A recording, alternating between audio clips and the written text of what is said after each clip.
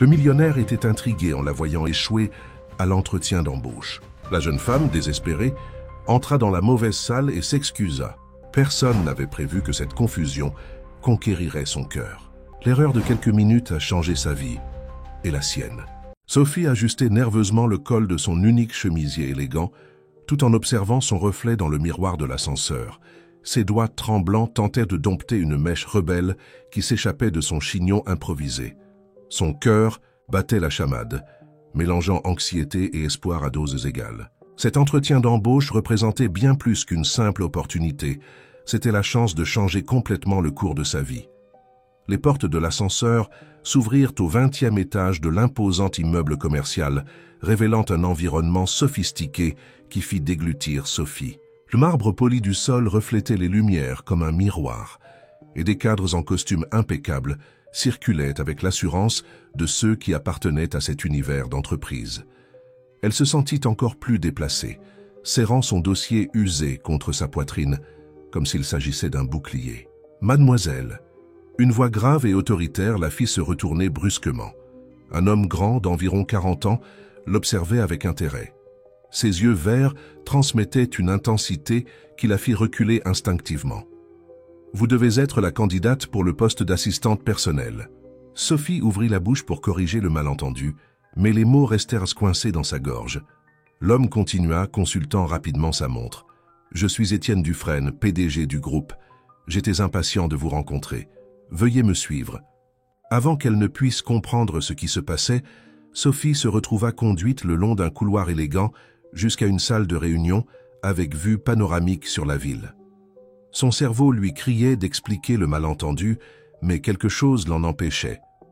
Peut-être était-ce le désespoir de trouver un emploi, peut-être était-ce le destin qui lui jouait un de ses tours. « Alors, parlez-moi de votre expérience, » dit Étienne, s'installant dans son fauteuil en cuir, tout en lui faisant signe de s'asseoir. Sophie respira profondément. À ce moment-là, elle prit une décision qui changerait sa vie pour toujours, être complètement honnête, à l'exception du petit détail qu'elle était au mauvais endroit. Pour être franche, monsieur Dufresne, mon expérience professionnelle est limitée, commença-t-elle, surprise par la fermeté de sa propre voix. Mais ce qui me manque en expérience, je le compense par mon dévouement et ma volonté d'apprendre. J'ai grandi en prenant soin de ma grand-mère et en gérant notre petite maison avec des ressources limitées. J'ai appris à être organisé, efficace et surtout à résoudre les problèmes avec créativité. Le cadre l'observait avec un intérêt croissant, ses doigts tapotant doucement sur la table en verre. « Continuez », l'encouragea-t-il. « Je sais que je ne suis probablement pas ce que vous recherchez. Je n'ai pas de MBA, je ne parle pas 5 langues. Et ce chemisier ?» Sarlet sourit nerveusement. « Eh bien, c'est le seul que j'ai pour les entretiens. Mais je peux vous garantir que si vous me donnez une chance, je travaillerai sans relâche pour prouver ma valeur. » Un silence pesant remplit la pièce. Sophie pouvait entendre son propre cœur battre contre ses tempes. Étienne se leva, marcha jusqu'à la fenêtre et resta quelques instants à contempler la ville. « Vous savez, mademoiselle Sophie, ces derniers mois, j'ai interviewé des dizaines de candidates avec des CV impeccables. Toutes ont essayé de m'impressionner avec leur réussite, leur connexion et leurs compétences extraordinaires. » Il se retourna pour la regarder. « Mais vous êtes la première à m'impressionner par votre honnêteté. » Le reste de l'entretien se déroula de manière étonnamment naturelle. Étienne posa des questions sur sa vie, ses aspirations, sa façon de faire face aux défis. Sophie répondit à tout avec une sincérité désarmante, oubliant momentanément l'environnement intimidant qui l'entourait. Lorsqu'ils se séparèrent enfin, Étienne lui tendit la main avec un demi-sourire. « Félicitations, Sophie. Le poste est à vous. Ma secrétaire vous contactera aujourd'hui même avec les détails. Je vous attends lundi à 8 heures précises. » Ce n'est que lorsqu'elle se retrouva dans l'ascenseur, descendant vers le rez-de-chaussée, que Sophie permit à la réalité de la frapper de plein fouet. Elle avait obtenu un emploi bien au-dessus de ses qualifications, dans l'une des plus grandes entreprises du pays. Et tout cela à cause d'un malentendu qu'elle n'avait pas eu le courage de corriger. Tandis qu'elle marchait sur le trottoir animé, son esprit anticipait déjà les défis qu'elle allait affronter. Comment pourrait-elle s'adapter à ce monde si éloigné de sa réalité? Comment apprendrait-elle toutes les tâches nécessaires et qu'arriverait-il quand ils découvriraient qu'elle n'était pas la candidate qu'ils attendaient? Le soleil de l'après-midi projetait des ombres allongées à travers les bâtiments, et Sophie sourit à elle-même. Quel que soit ce que l'avenir lui réservait, une chose était certaine, sa vie était sur le point de changer complètement. Ce qu'elle ne savait pas encore, c'était à quel point son cœur serait également affecté par cette méprise du destin. La première semaine de Sophie dans son nouveau travail fut une montagne russe d'émotions et de découvertes. Chaque matin apportait avec lui une nouvelle dose d'anxiété, tandis qu'elle tentait de naviguer dans le monde complexe de l'entreprise qui faisait désormais partie de sa vie. L'agenda d'Étienne Dufresne était un labyrinthe d'engagements, de réunions et d'événements qui devaient être coordonnés avec une précision millimétrique. Au cours de sa 3e matinée, Sophie affronta son premier grand défi. Elle confondit les horaires de 2 réunions importantes, faisant arriver Étienne en retard à une rencontre avec des investisseurs internationaux. Le regard de déception qu'il lui lança fit s'effondrer son estomac, mais au lieu de désespérer, elle passa toute la nuit à étudier et à développer son propre système d'organisation. « Dufresne, j'ai besoin que vous révisiez ces contrats d'ici demain, » dit Henri, l'un des directeurs, en déposant une pile de documents sur le bureau de Sophie. Elle s'adaptait encore à être appelée par le nom de famille de son patron, comme c'était la coutume dans l'entreprise, pour les assistantes personnelles. « Bien sûr, monsieur Henri, » répondit-elle automatiquement, bien que son cœur s'accélérât en voyant la quantité de papier. Elle devrait comprendre chaque détail avant de les présenter à Étienne. En milieu d'après-midi, alors qu'elle équilibrait un plateau avec du café pour une réunion importante, Sophie trébucha sur ses talons récemment achetés. Le liquide chaud se répandit sur des documents cruciaux qui se trouvaient sur la table de réunion. Le silence qui suivit fut assourdissant.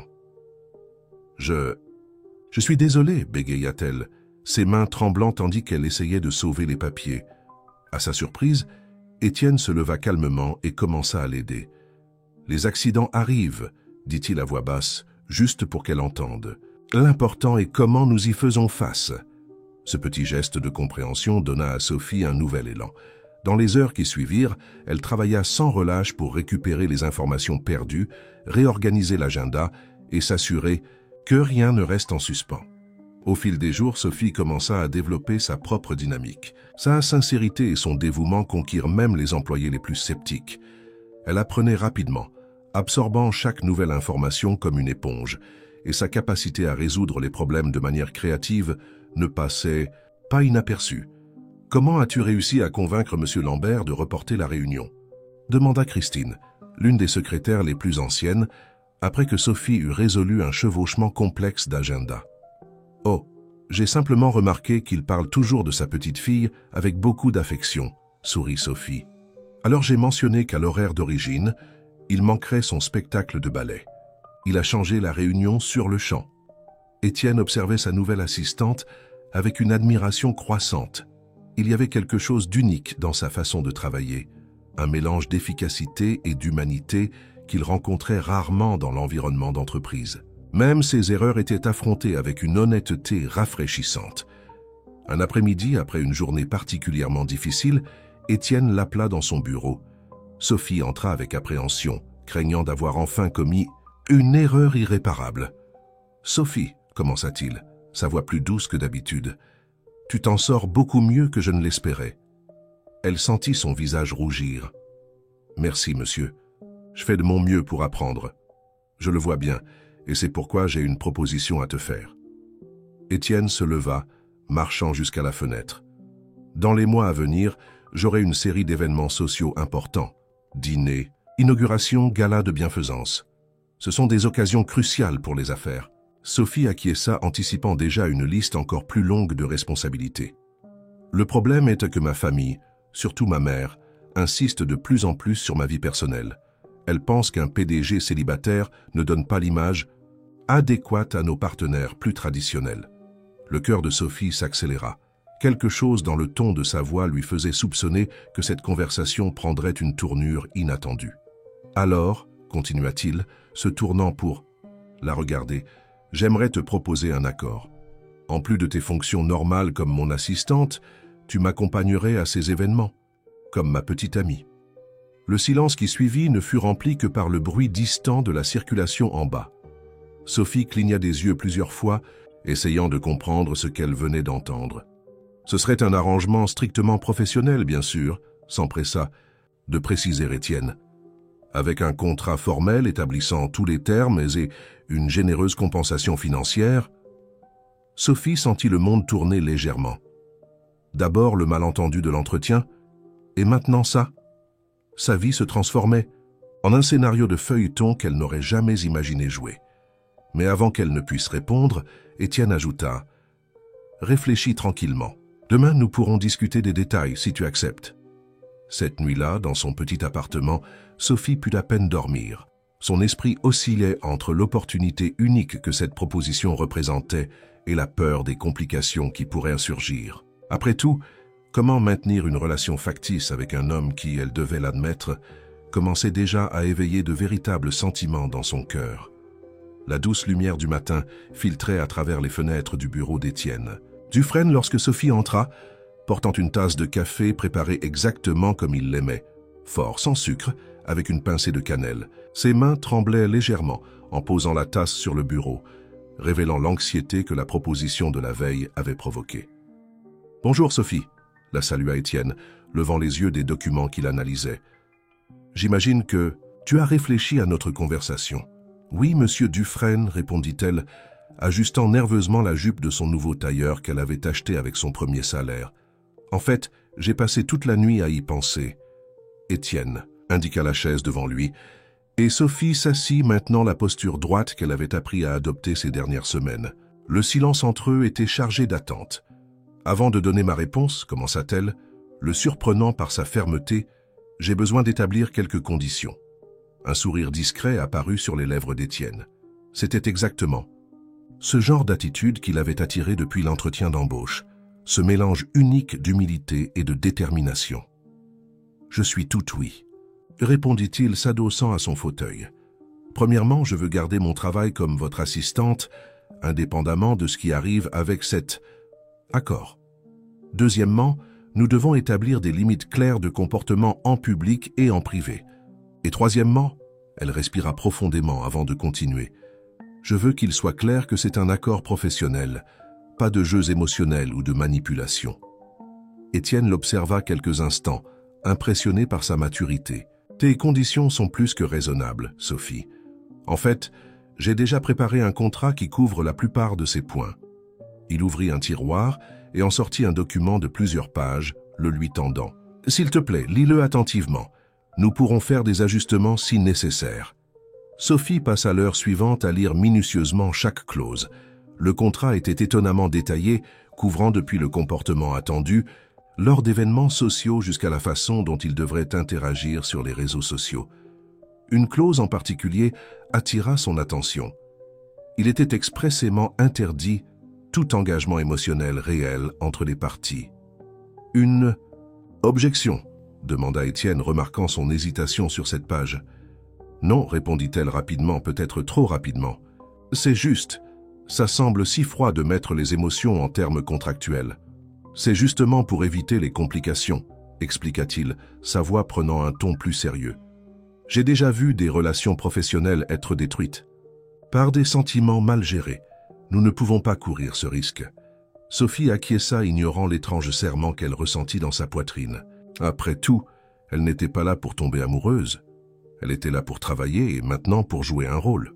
« Quand commençons-nous » demanda-t-elle, prenant le stylo qu'il lui offrait. « Nous avons un dîner de bienfaisance. Ce samedi. Ce sera ta première apparition officielle en tant que ma petite amie. » Étienne fit une pause, l'observant attentivement. « Nous devons travailler sur ta présentation. Je vais te fournir un styliste personnel et un consultant en étiquette. Tu ne fais pas confiance à mes compétences sociales, plaisanta-t-elle, essayant d'alléger la tension. « J'ai plus confiance en toi que tu ne l'imagines, » répondit-il, avec un sérieux inattendu. « Mais ce monde peut être impitoyable avec les débutants. Je veux m'assurer que tu sois préparé. » Les jours qui suivirent furent un véritable marathon de préparation.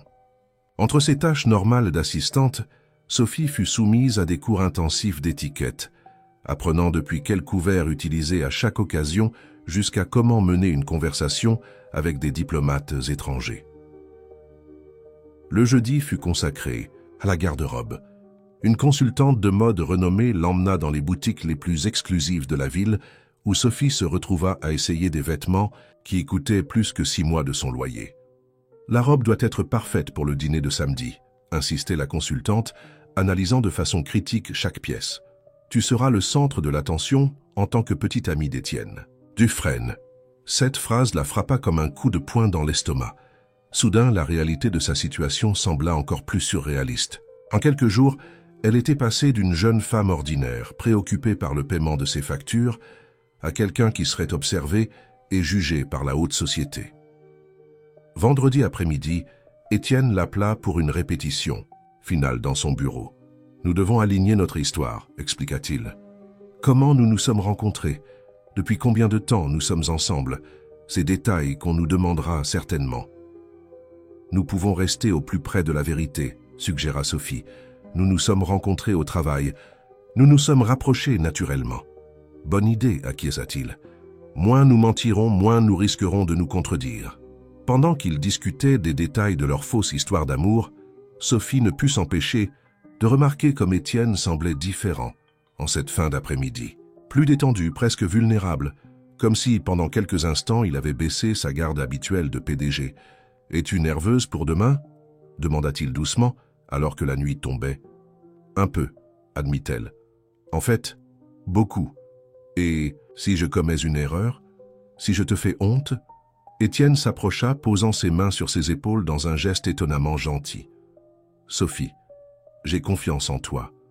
Ton authenticité est ton plus grand atout. N'essaie pas d'être quelqu'un d'autre.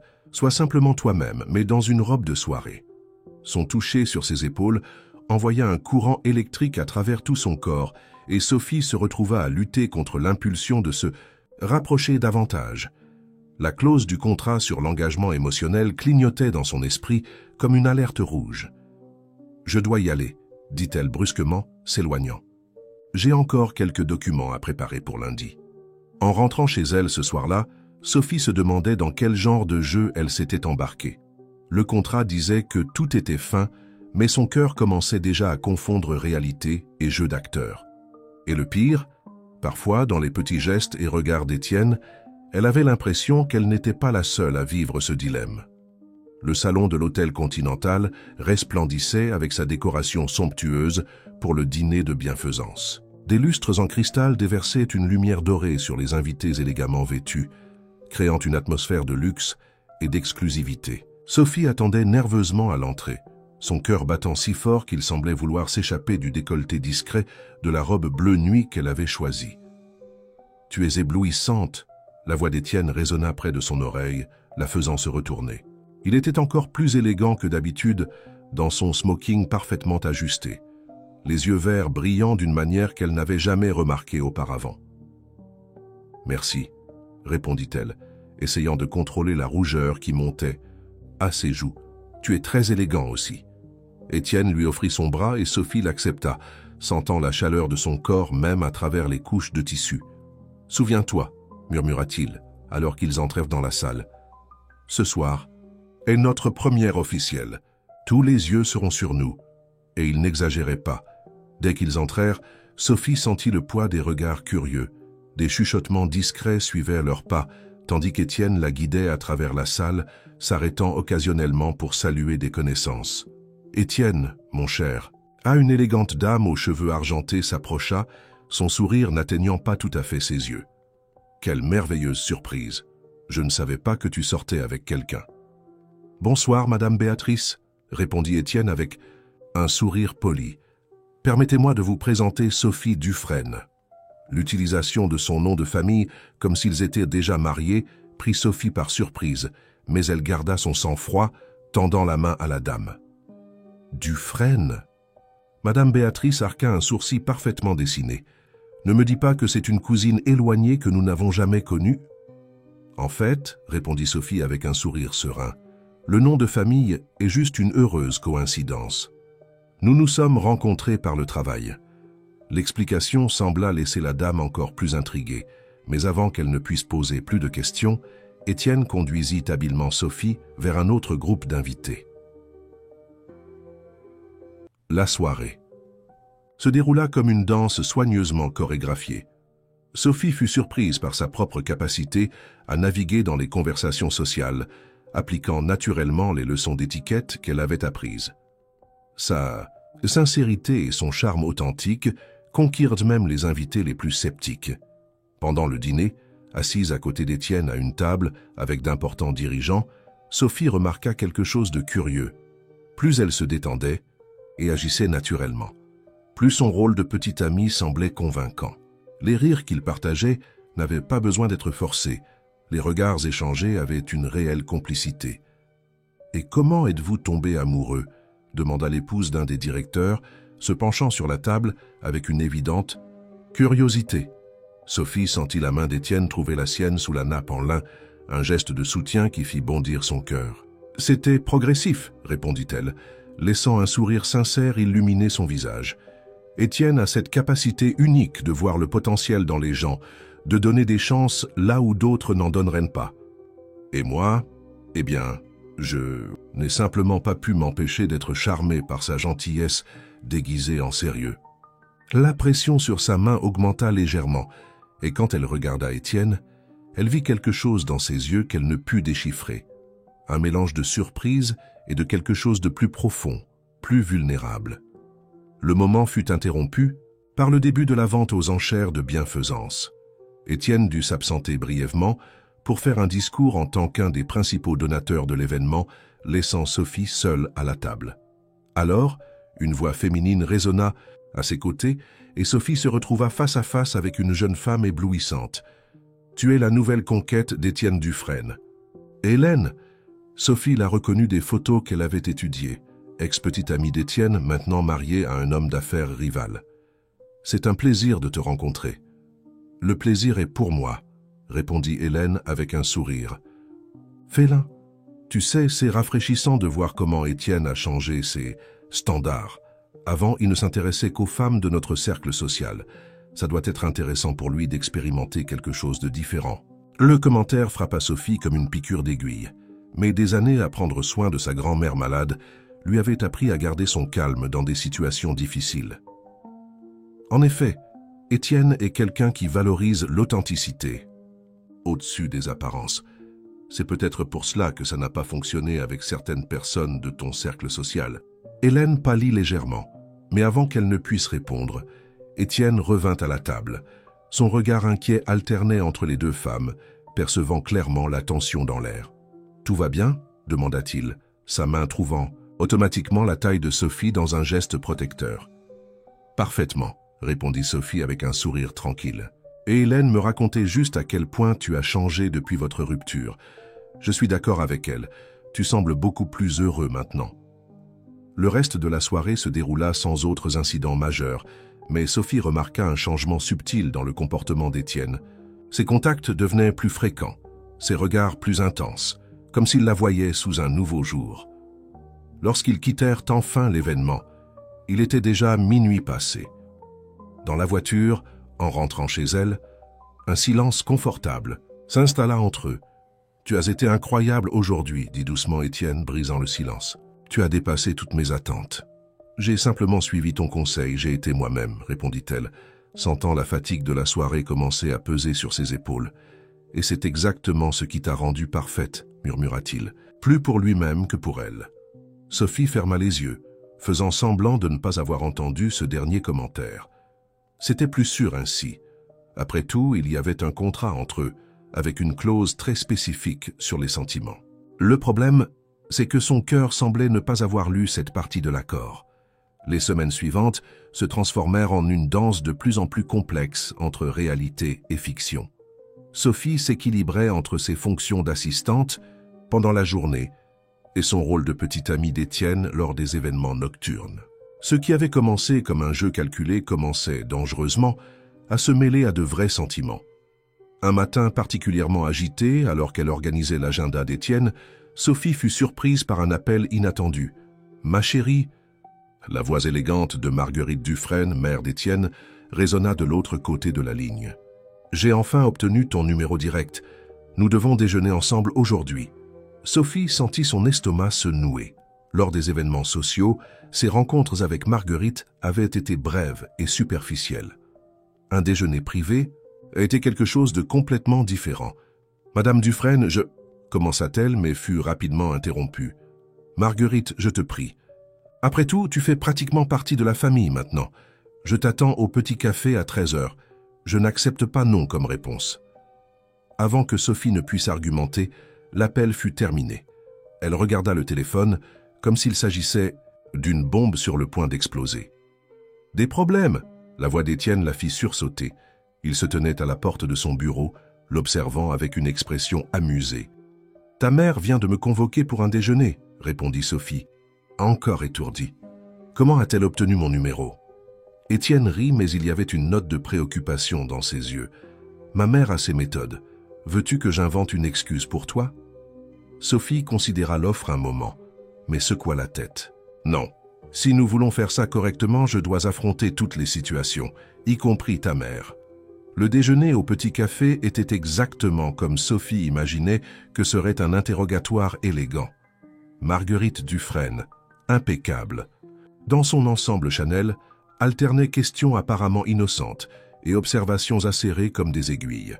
« Alors, Sophie, parle-moi de ta famille », demanda Marguerite, coupant délicatement son saumon. « De quelle branche des Dufresne ? Qu'êtes-vous ? » « En fait, madame Marguerite, se corrigea rapidement Sophie, je ne suis pas parente d'Étienne. Comme vous le savez déjà, nous nous sommes rencontrés par le travail. »« Ah oui, » sourit Marguerite, mais ses yeux restaient calculateurs. « Ce doit être fascinant pour toi, ce nouveau monde, si différent de ce dont tu avais l'habitude. » Sophie sentit le cou voilé, mais garda sa contenance. « C'est vraiment un monde nouveau pour moi. Mais savez-vous ce qui est le plus fascinant ? Découvrir qu'au fond, les gens sont étonnamment similaires, indépendamment du monde auquel ils appartiennent. » Marguerite haussa un sourcil, ne s'attendant clairement pas à cette réponse. « Et qu'entends-tu exactement par là ? Que nous voulons tous les mêmes choses fondamentales, être heureux, réaliser nos rêves, protéger ceux que nous aimons, » répondit Sophie, soutenant le regard de sa belle-mère. « La seule différence est que certains ont plus de ressources, que d'autres pour y parvenir. » Un silence tendu s'installa à la table. Marguerite étudiait Sophie comme si elle la voyait pour la première fois. « Tu es différente de ce que j'attendais, » dit finalement Marguerite, sa voix prenant un ton plus doux.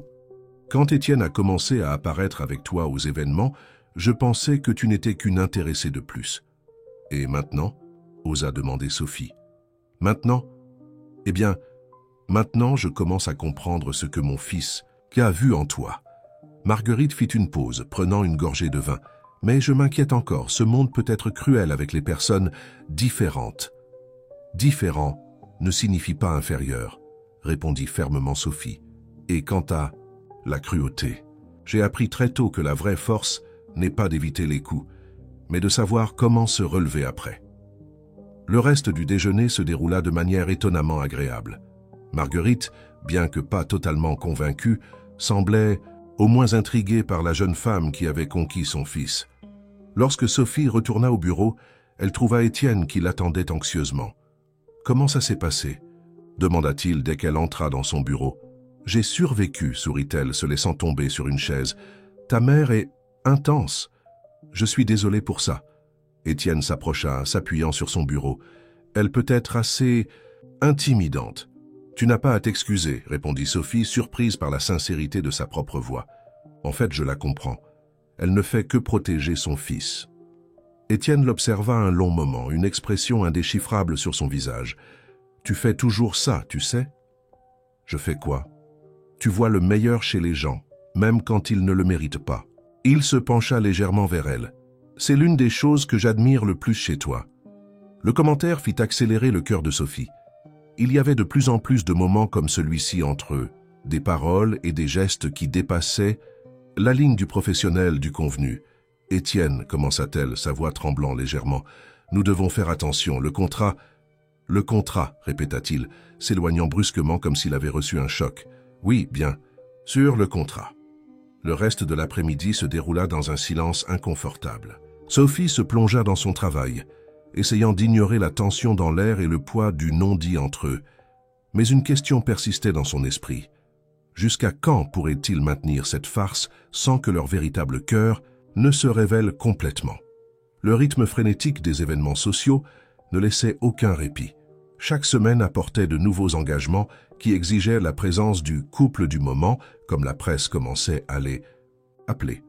Sophie et Étienne étaient redevenus une présence constante dans les colonnes mondaines, leur histoire d'amour apparemment improbable, captivant l'imagination du public. Un vendredi soir, pendant un cocktail de lancement d'un nouveau projet du groupe, Sophie observait Étienne de loin, conversant avec animation avec un groupe d'investisseurs. Il était particulièrement élégant ce soir-là, et son sourire, même professionnel, illuminait tout son visage. « Il est différent, n'est-ce pas ?» Une voix familière l'attira de ses pensées. C'était Christine, la secrétaire la plus ancienne, de l'entreprise qui travaillait avec Étienne depuis plus d'une décennie. « Différent comment ?» demanda Sophie, essayant de dissimuler son intérêt. « Plus léger, plus heureux. » Christine sourit avec connaissance de cause. « Je ne l'avais pas vu ainsi depuis l'incident avec Isabelle. » Le nom figea Sophie. Dans toutes ses recherches sur la vie d'Étienne, ce nom n'était jamais apparu. Isabelle?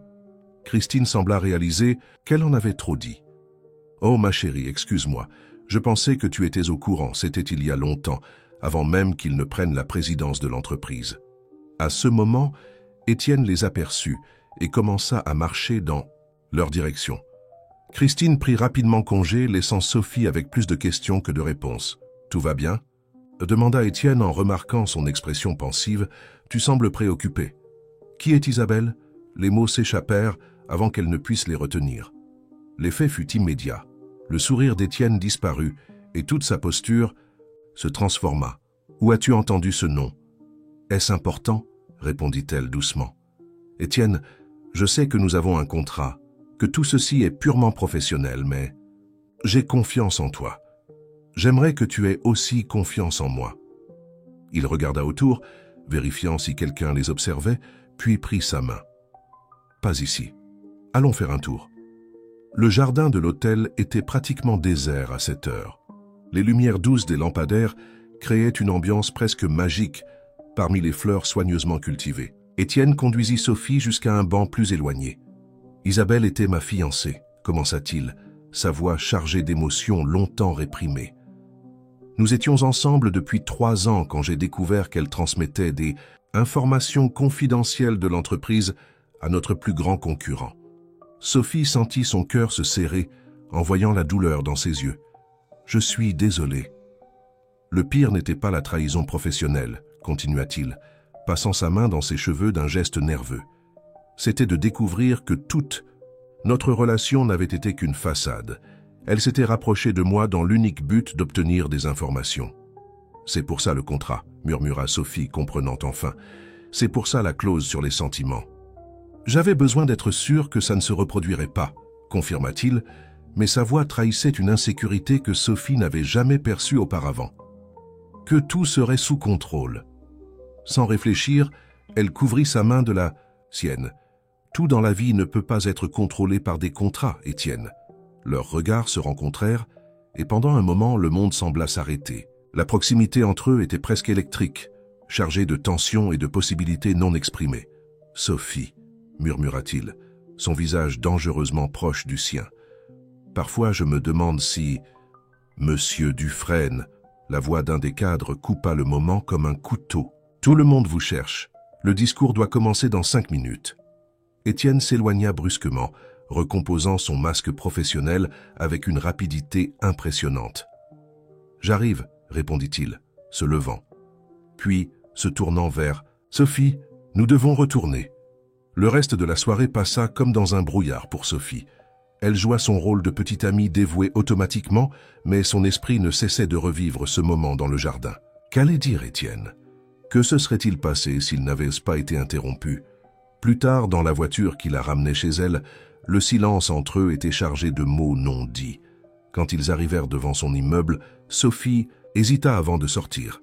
« Étienne, » commença-t-elle, rassemblant son courage. « À propos de ce soir, c'était un écart, » l'interrompit-il, son ton redevenant professionnel. « Nous ne pouvons pas nous laisser emporter par des moments de faiblesse.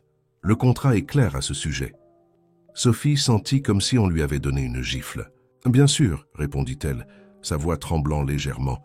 Le contrat, comment ai-je pu l'oublier ?» Elle sortit rapidement de la voiture avant qu'il ne puisse voir les larmes qui commençaient à se former dans ses yeux. En montant les escaliers de son immeuble, une certitude douloureuse s'installait dans sa poitrine. Peu importe. Combien elle essayait de se convaincre du contraire, elle était irrémédiablement amoureuse d'Étienne Dufresne.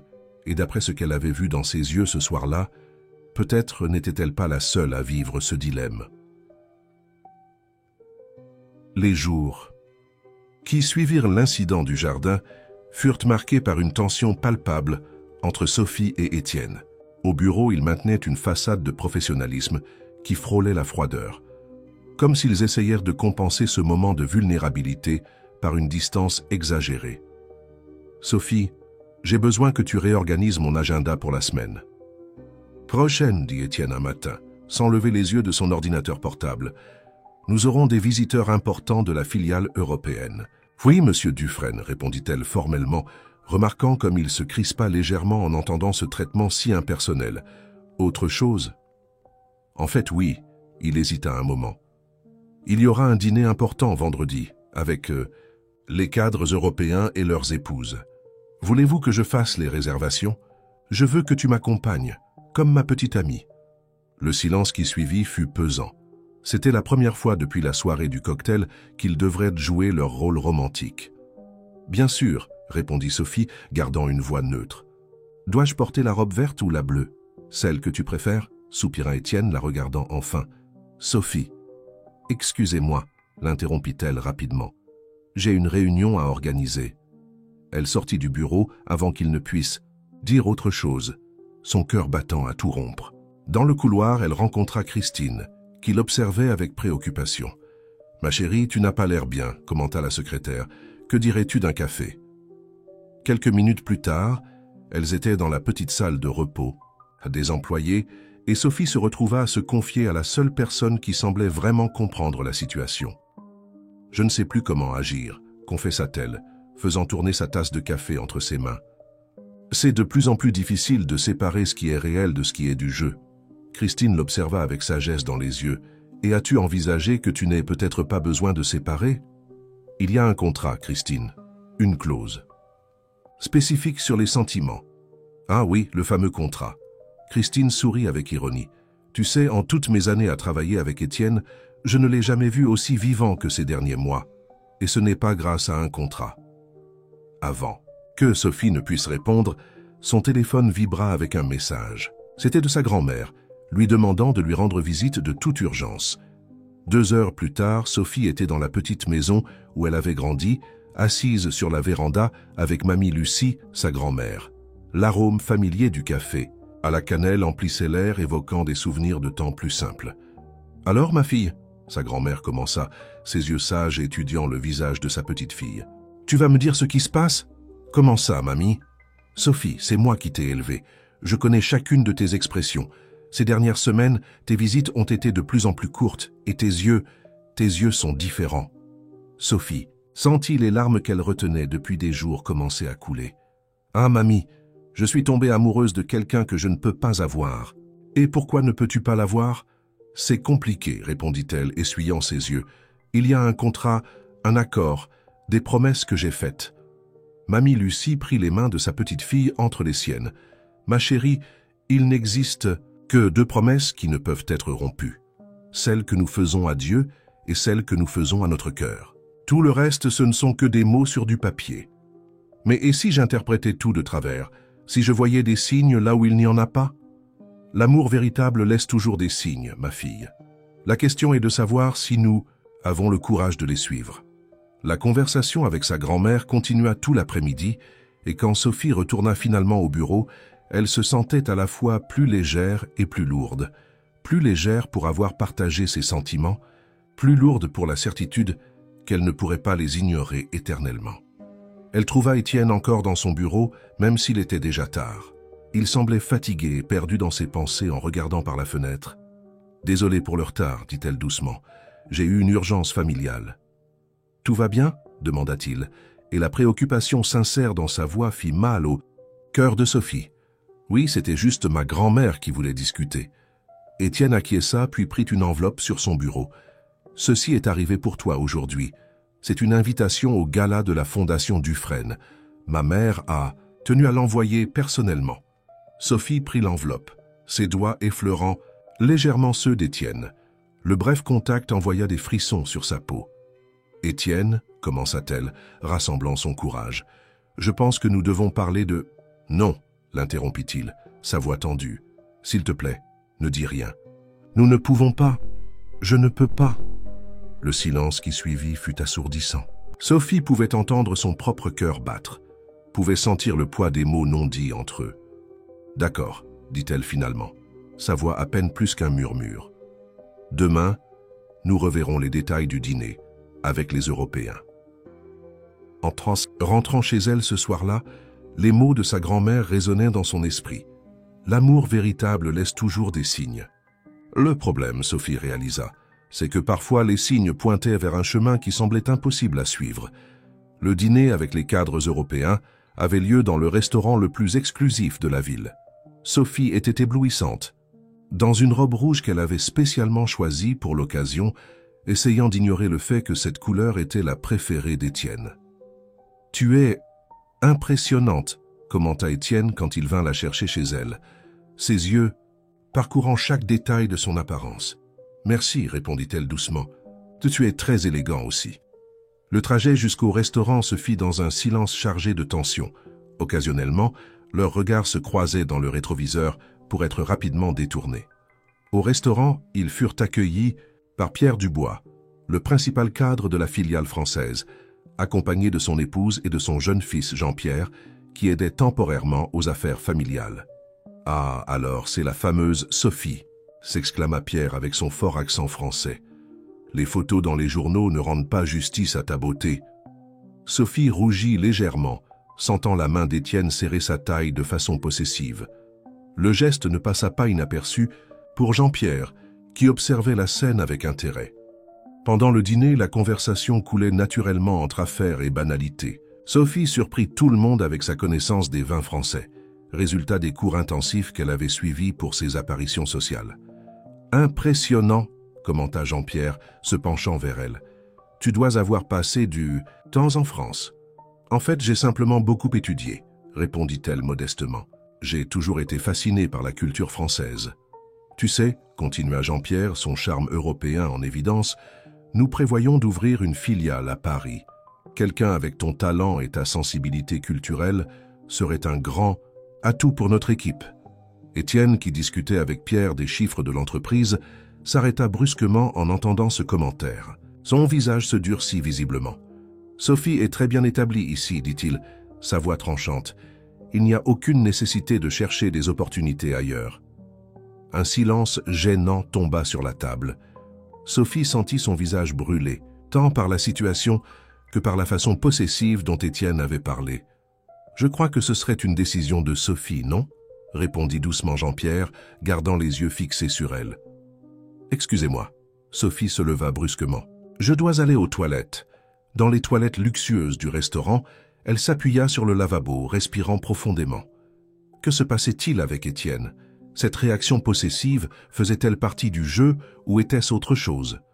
Quand elle revint à la table, elle trouva Jean-Pierre seul. Les autres invités s'étaient levés pour admirer la vue depuis la terrasse du restaurant.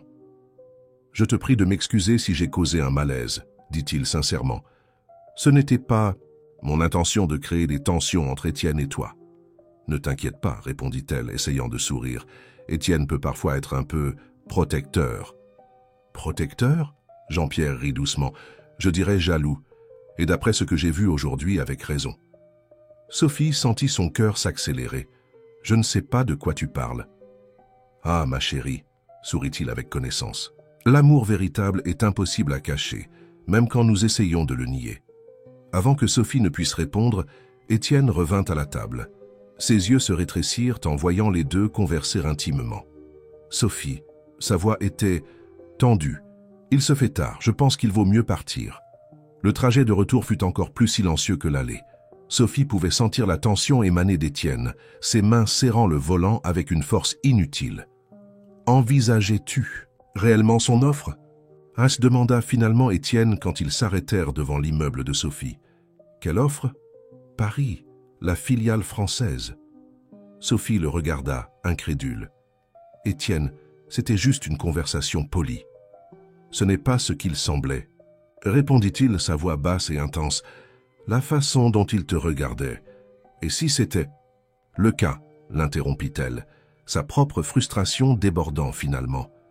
Et si je voulais y aller, quel est le problème? N'avons-nous pas un contrat qui stipule explicitement que tout ceci est purement professionnel? Étienne se tourna brusquement vers elle, ses yeux verts brûlant d'une intensité qui lui coupa le souffle. Pendant un moment, il sembla qu'il allait dire quelque chose, faire quelque chose. Mais alors, comme toujours, le masque professionnel revint en place. « Tu as raison, » dit-il froidement. « Le contrat. Comme toujours, tu as raison. » Sophie sortit de la voiture sans rien dire de plus, des larmes silencieuses coulant sur son visage. En montant les escaliers de son immeuble, une certitude douloureuse s'installait. Cet accord qui devait protéger leur cœur était, en réalité, en train de les détruire lentement. Le gala de la Fondation Dufresne approchait, et avec lui, grandissait l'anxiété de Sophie. Après l'incident du dîner avec les Français, sa relation avec Étienne était devenue encore plus compliquée. Au bureau, il ne maintenait que le contact strictement nécessaire, comme si toute proximité supplémentaire pouvait faire s'écrouler la fragile façade qu'ils avaient construite. « Sophie, ma chérie », la voix de Marguerite Dufresne résonna au téléphone un après-midi pluvieux. « J'ai besoin que tu viennes à mon atelier aujourd'hui. Ta robe pour le gala est prête pour l'essayage final. »« Ma robe ?» demanda Sophie confuse, mais j'en avais déjà choisi une. « Baliverne ?» l'interrompit Marguerite. « En tant que marraine de la Fondation, j'ai tenu à commander quelque chose de spécial pour toi. Je t'attends à 18h. » L'atelier de Marguerite était un espace élégant au cœur de la vieille ville. Quand Sophie arriva, elle trouva non seulement sa belle-mère, mais aussi un groupe de dames de la haute société, toutes curieuses de mieux connaître la petite amie d'Étienne Dufresne. « Ah, enfin !» l'accueillit Marguerite avec un baiser sur la joue. « Viens, tu dois essayer. » La robe avant que les autres invités n'arrivent, pour le thé. La robe était une œuvre d'art en tons d'or et de crème, avec de délicates broderies qui semblaient raconter leur propre histoire. Quand Sophie la mit, la transformation fut instantanée.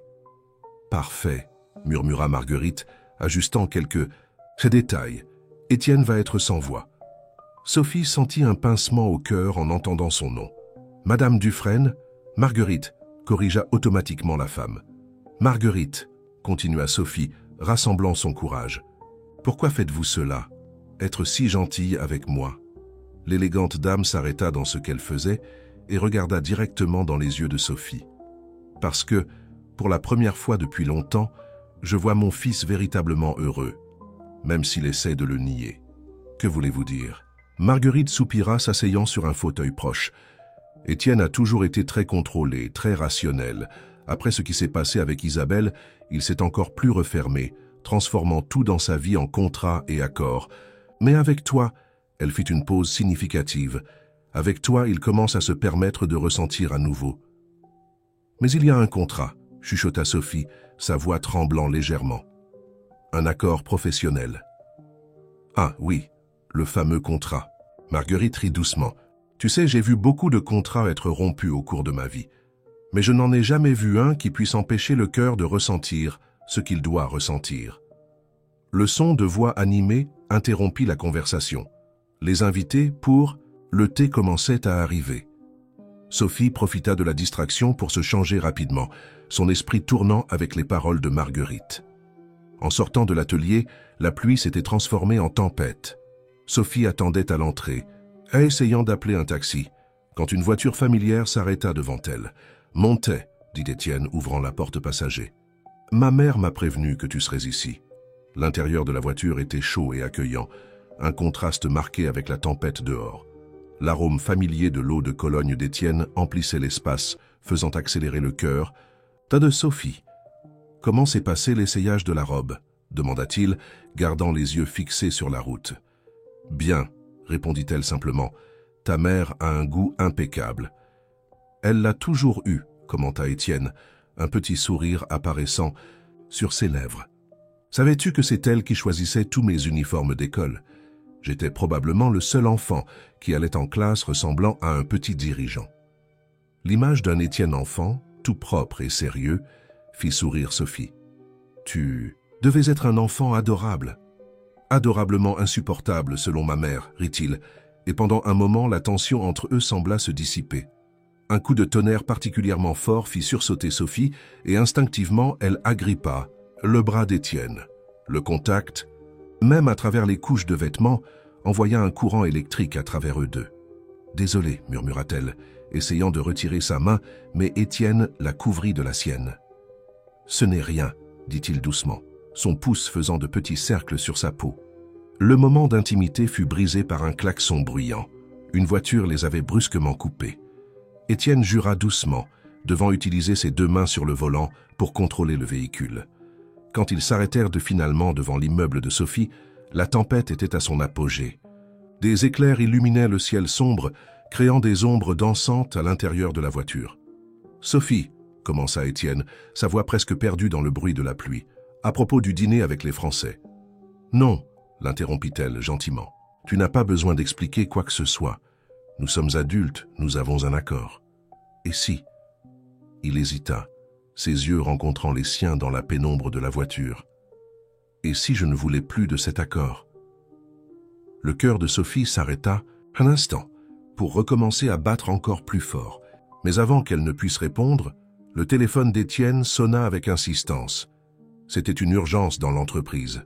« Je dois y aller, dit-il, clairement frustré. « Mais Sophie, nous devons. »« Nous parlerons plus tard, » compléta-t-elle, sortant rapidement de la voiture pour échapper à la tempête. Tandis qu'elle courait vers l'abri de son immeuble, Sophie ne savait pas si les gouttes sur son visage venaient de la pluie ou de ses propres larmes. Les paroles de Marguerite résonnaient dans son esprit. Il n'y a jamais eu de contrat capable d'empêcher le cœur de ressentir ce qu'il doit ressentir. La nuit du gala de la Fondation Dufresne arriva enfin, apportant avec elle une atmosphère d'attente et de tension. Le salon principal du plus luxueux hôtel de la ville avait été transformé en un décor de contes de fées, avec des cristaux, centenaires reflétant la lumière dorée des lustres, et des arrangements d'orchidées blanches, parfumant l'ambiance. Sophie observait son reflet dans le miroir une dernière fois avant de sortir. La robe choisie par Marguerite était encore plus impressionnante sous l'éclairage approprié, les broderies délicates scintillant à chaque mouvement.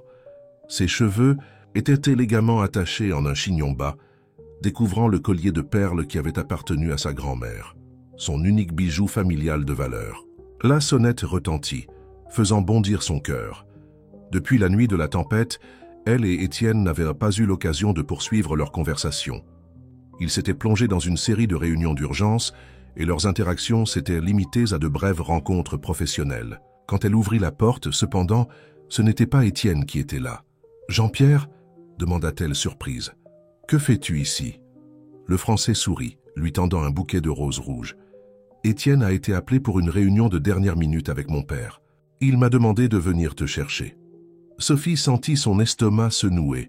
Quelque chose dans la situation ne semblait pas juste, mais il aurait été impoli de refuser la voiture maintenant. « Un instant, je vais chercher mon sac. » Dans la voiture, Jean-Pierre maintint une conversation légère et charmante. Mais Sophie était distraite, vérifiant constamment son téléphone. Aucun message d'Étienne. « Tu t'inquiètes pour lui ?» demanda doucement Jean-Pierre. « C'est étrange qu'il n'ait pas envoyé de message, » admit-elle. « Ah, l'amour !»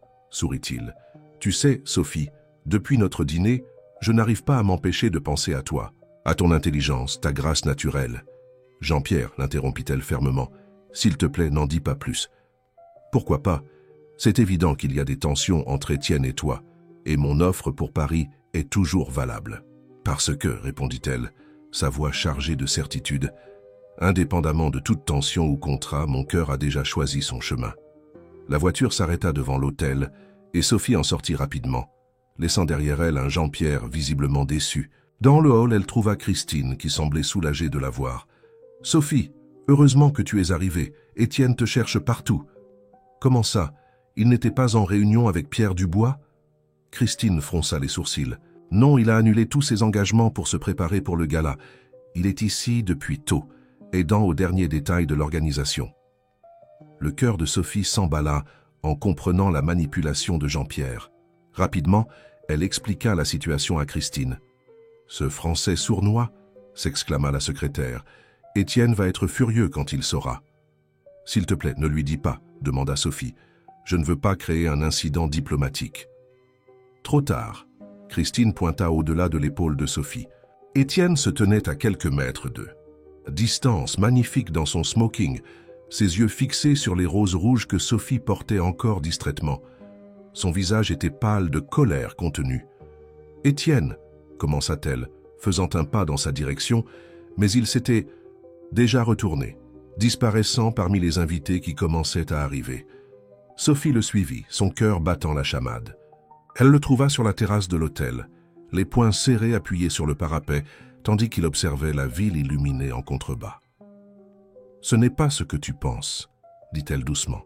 « Et que penses-tu que je pense, Sophie ?» demanda-t-il, sans se retourner. « Que pendant que je passais la journée entière à organiser chaque détail de ce gala, pensant à comment le rendre parfait pour toi, Jean-Pierre était... » « En train de mentir, » l'interrompit-elle.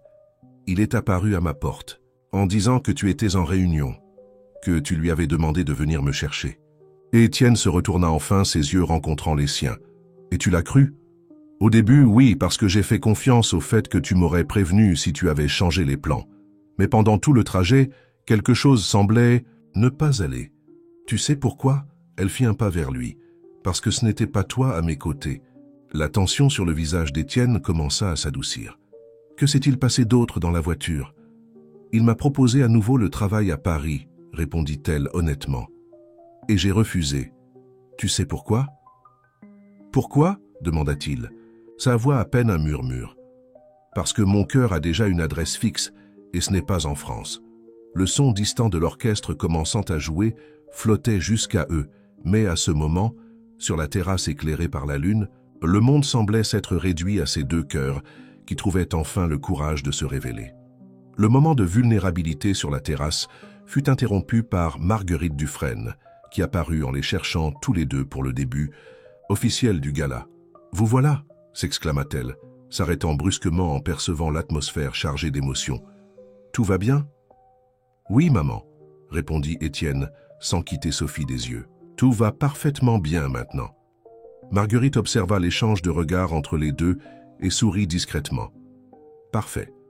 Parce que vous devez ouvrir le bal avec la première danse. C'est la tradition de la famille Dufresne. » Sophie sentit son cœur s'accélérer. Ils avaient pratiqué les danses de salon dans le cadre de sa préparation pour les événements sociaux, mais toujours en maintenant une distance sûre, professionnelle. Maintenant, après les révélations sur la terrasse, la perspective d'être dans les bras d'Étienne semblait à la fois terrifiante et irrésistible. Le salon principal était bondé quand ils entrèrent. Des centaines d'yeux les observaient, tandis qu'ils marchaient jusqu'au centre de la piste de danse. L'orchestre commença à jouer les premiers accords d'une valse douce. « Prête ?» demanda doucement Étienne, lui tendant la main. Sophie plaça sa main dans la sienne, sentant le courant électrique familier qui accompagnait toujours son contact. « Avec toi, toujours !» Étienne l'attira près de lui, beaucoup plus près que lors des répétitions. Sa main droite reposait fermement sur sa taille, tandis que la gauche tenait la sienne contre sa poitrine. Sophie pouvait sentir les battements de son cœur, aussi rapides que le sien. « Tout le monde regarde », murmura-t-elle, tandis qu'il commençait à se mouvoir au son de la musique. « Qu'il regarde », répondit-il, ses yeux verts fixés sur les siens. « Pour la première fois, nous ne jouons pas pour eux. » La réalisation de ces paroles frappa Sophie comme une vague. C'était vrai, chaque mouvement, chaque regard, chaque sourire échangé pendant qu'ils dansaient était authentique. Il n'y avait plus de contrats ou d'accords qui puissent contenir ce qu'ils ressentaient.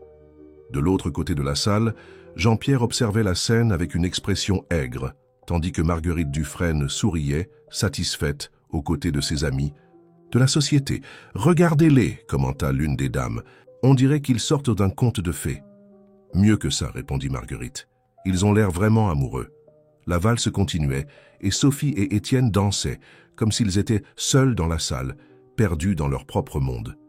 Quand la musique prit fin, d'autres couples les rejoignirent sur la piste. Mais ils continuèrent à danser, réticents à briser l'enchantement du moment. « Sophie », murmura Étienne près de son oreille, « nous devons parler. De tout. » Elle acquiesça, ressentant simultanément anxiété et soulagement. « Maintenant ?»« Pas ici », répondit-il, la guidant habilement entre les autres couples jusqu'à une porte latérale qui menait à un jardin privé de l'hôtel. Le jardin était un oasis de tranquillité comparé à l'agitation du gala.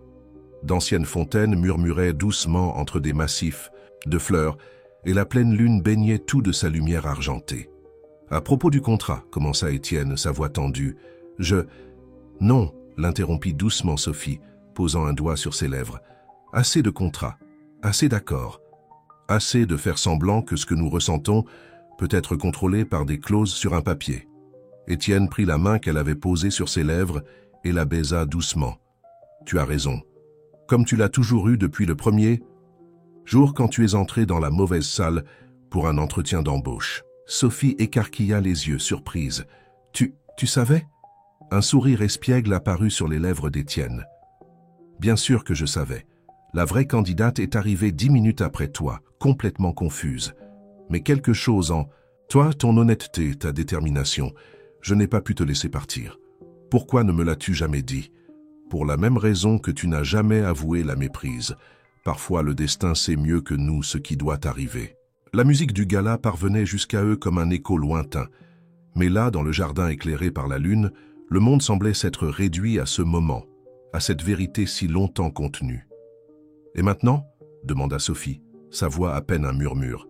« Que se passe-t-il quand nous brisons toutes les règles que nous avons nous-mêmes créées ?» Étienne l'attira plus près, une de ses mains caressant doucement son visage. « Maintenant, nous commençons à écrire notre propre histoire. Sans contrat, sans protocole, juste. » Le reste de ses paroles se perdit quand ses lèvres trouvèrent enfin les siennes dans un baiser qui avait été reporté depuis trop longtemps. Ce fut un baiser qui parlait de tous les moments contenus, de tous les sentiments niés, de toutes les vérités que leur cœur avait toujours su, même quand leurs esprits tentaient de les nier. Quand ils se séparèrent, tous deux étaient essoufflés mais souriants. Le son d'applaudissements les fit se retourner rapidement. Marguerite Dufresne était debout à l'entrée du jardin, des larmes de bonheur dans ses yeux. « Enfin !» s'exclama-t-elle, s'approchant pour les étreindre. « J'ai cru que j'allais devoir déchirer moi-même ce ridicule contrat. » Les jours qui suivirent le gala furent une montagne russe d'émotions et de changements. La nouvelle du véritable amour entre Étienne Dufresne et son assistante courut rapidement dans les cercles sociaux de la ville, générant un mélange de surprise, d'envie et d'admiration. Dans l'entreprise, la dynamique entre eux changea également. Ils n'avaient plus besoin de feindre l'indifférence ou de maintenir une distance professionnelle forcée. Cependant, Sophie tenait à maintenir sa posture professionnelle impeccable, prouvant que sa relation avec Étienne n'interférait pas avec sa compétence. « Mademoiselle Dufresne », appela Henri, l'un des directeurs les plus anciens, entrant dans son bureau un matin. « Nous devons parler. » Sophie sentit un frisson dans le ventre. Depuis que sa relation avec Étienne était devenue réelle, elle s'attendait à une forme de représailles professionnelles. « Oui, monsieur Henri ?» Le cadre s'assit, son visage sérieux. « Comme vous pouvez l'imaginer, le conseil est préoccupé par la situation entre vous et Étienne. »« Je comprends, » répondit-elle calmement. « Et qu'est-ce qui les préoccupe exactement ? Mon travail reste impeccable, comme vous pouvez le vérifier dans les rapports mensuels. » « Ce n'est pas votre travail qui nous préoccupe, » clarifia Henri. « C'est la possibilité de conflit d'intérêts. » Sophie respira profondément avant de répondre. « Monsieur Henri, quand j'ai accepté ce poste, c'était par mes propres mérites, même si initialement à cause d'une méprise du destin. Et j'entends le conserver par ces mêmes mérites. » En fait, une voix familière retentit depuis la porte. « Elle ne va pas conserver ce poste. » Sophie et Henri se tournèrent pour trouver Étienne, debout à l'entrée, un sourire énigmatique, aux lèvres. « Comment ça ?» demanda Sophie, son cœur s'emballant. Étienne entra dans la pièce portant un dossier. « Le conseil a raison de s'inquiéter des conflits d'intérêts. C'est pourquoi j'ai une proposition différente. » Il ouvrit le dossier, révélant un projet détaillé. La Fondation Dufresne étend son action. Nous voulons créer un programme de formation professionnelle pour les jeunes à faible revenu, offrant non seulement une formation technique, mais aussi une préparation à l'environnement d'entreprise. Les yeux de Sophie s'écarquillèrent en comprenant où il voulait en venir. Et nous avons besoin de quelqu'un qui comprenne profondément les deux mondes, continua Étienne, quelqu'un qui connaisse tant les besoins de ces jeunes que les exigences du marché de l'entreprise. Tu veux que je dirige le programme ? Demanda Sophie, sa voix tremblant légèrement. En fait, sourit Étienne, je veux que tu sois la présidente de la fondation. Personne de mieux que toi pour transformer des vies à travers les mêmes opportunités qui ont changé la tienne. Henri observait la scène avec un mélange de surprise et d'admiration. Eh bien, dit-il en se levant, je pense que cela résout qu'à nos préoccupations concernant les conflits d'intérêts. Quand ils furent seuls, Sophie assimilait encore la proposition. Étienne, c'est incroyable. Mais es-tu sûr? C'est une énorme responsabilité. Il s'approcha prenant ses mains entre les siennes. J'en suis aussi sûr que de ce que je ressens pour toi. En fait, il hésita un moment. Il y a encore une chose que je veux te montrer. Il l'emmena jusqu'à son bureau, où sur sa table se trouvait un document familier. C'était le contrat qu'ils avaient signé des mois auparavant, celui qui avait vainement tenté de réguler leurs sentiments. « Que dirais-tu de faire ceci ?» demanda Étienne, prenant le contrat et le déchirant en morceaux. Sophie rit, sentant une vague de soulagement et de bonheur. « Je pense qu'il était plus que temps. » Et continua-t-il, sortant quelque chose de la poche de sa veste. « Que dirais-tu de signer un accord différent ?» Quand il s'agenouilla, ouvrant une petite boîte en velours contenant une bague délicate, Sophie sentit ses jambes faiblir. « Celui-ci, dit doucement Étienne, est un contrat à vie, sans clause sur les sentiments, sans restrictions émotionnelles. Juste deux personnes qui ont découvert que l'amour véritable ne peut être contrôlé par aucun papier. » Des larmes de bonheur coulaient sur le visage de Sophie, tandis qu'elle acquiesçait, incapable de former des mots. Quand Étienne glissa la bague à son doigt, tout le bureau, qui s'était discrètement rassemblé à la porte pour assister à la scène, éclata en applaudissements. Christine, qui pleurait ouvertement, fut la première à les étreindre. Enfin, cette tête dure a réalisé ce que nous savions tous depuis des mois. Marguerite Dufresne, qui avait apparemment été complice dans l'organisation de la demande, apparut avec une bouteille de champagne. « Au nouvel accord », porta-t-elle un toast, faisant un clin d'œil à Sophie, un qu'aucun avocat n'a eu besoin de rédiger, parce qu'il a été écrit directement dans les cœurs. La nouvelle des fiançailles d'Étienne Dufresne avec son ex-assistante fit fureur dans les médias sociaux. Les spéculations sur la relation qui avait commencé comme un accord professionnel et s'était transformée en une véritable histoire d'amour remplissaient les pages des journaux. Cependant, Sophie et Étienne étaient trop occupés avec leur nouveau projet pour prêter attention aux commentaires. Le siège de la Fondation Dufresne occupait un bâtiment historique récemment restauré au centre de la ville. Sophie passa ses premières semaines en tant que présidente plongée dans des réunions, des planifications et la structuration du programme de formation professionnelle dont elle avait tant rêvé. « Que penses-tu de cet espace ?» demanda-t-elle à Étienne, tandis qu'ils marchaient dans le grand salon qui serait transformé en salle de classe. « Nous pouvons créer des postes de travail qui simulent différents environnements d'entreprise. »« C'est parfait, » répondit-il, observant non pas l'espace, mais l'éclat d'enthousiasme dans ses yeux. « Tu es parfaite pour cela. » Sophie sourit, s'adaptant encore à cette nouvelle version d'Étienne, plus ouvert, plus expressif avec ses sentiments. « Tu sais ce que je veux faire de plus. Un programme spécial pour les personnes qui, comme moi, ont du potentiel, mais n'ont jamais eu d'opportunité. C'est pour ça que je t'ai choisi pour diriger cela, dit-il, l'attirant près de lui. Non seulement tu connais leur réalité, mais tu sais exactement comment la transformer. » Le bruit de talons sur le sol en marbre annonça l'arrivée de Marguerite Dufresne, qui venait accompagnée d'une équipe de décorateurs. « Mes chéris, » s'exclama-t-elle, embrassant les deux. « Je suis venue aider avec les préparatifs sa mariage. Après tout, nous n'avons que 3 mois. » Sophie et Étienne échangèrent des regards amusés.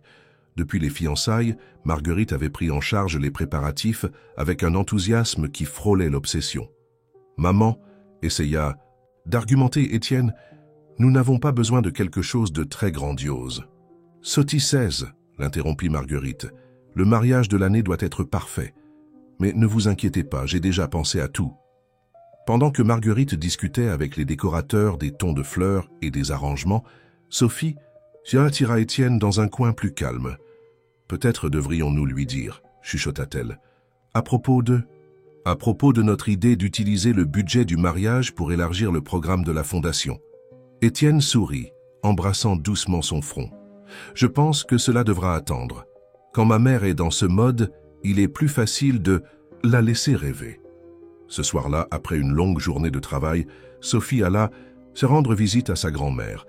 Elle trouva Mamie Lucie sur la véranda, son endroit préféré, tricotant ce qui semblait être un petit manteau de bébé. « Mamie !» s'exclama Sophie, s'asseyant à ses côtés. « C'est encore trop tôt pour ça. » La vieille dame sourit avec sagesse. « Il n'est jamais trop tôt pour rêver de l'avenir, ma fille. Et en parlant d'avenir, comment vont les préparatifs ?» Sophie soupira, s'adossant à la chaise à bascule. « Marguerite veut un mariage digne des contes de fées. Mais tu sais ce qui est drôle ?